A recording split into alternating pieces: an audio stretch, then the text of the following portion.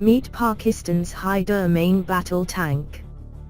The Haider tank is deemed to be a smart tank with reference to the idea of pairing a tank's inherent firepower and defensive qualities within a network-centric warfare environment.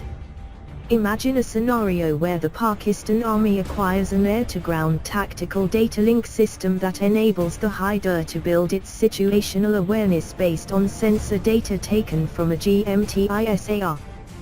The Haider can serve as the offensive asset, and the al-Khalid can sit as a defensive or holding core workhorse.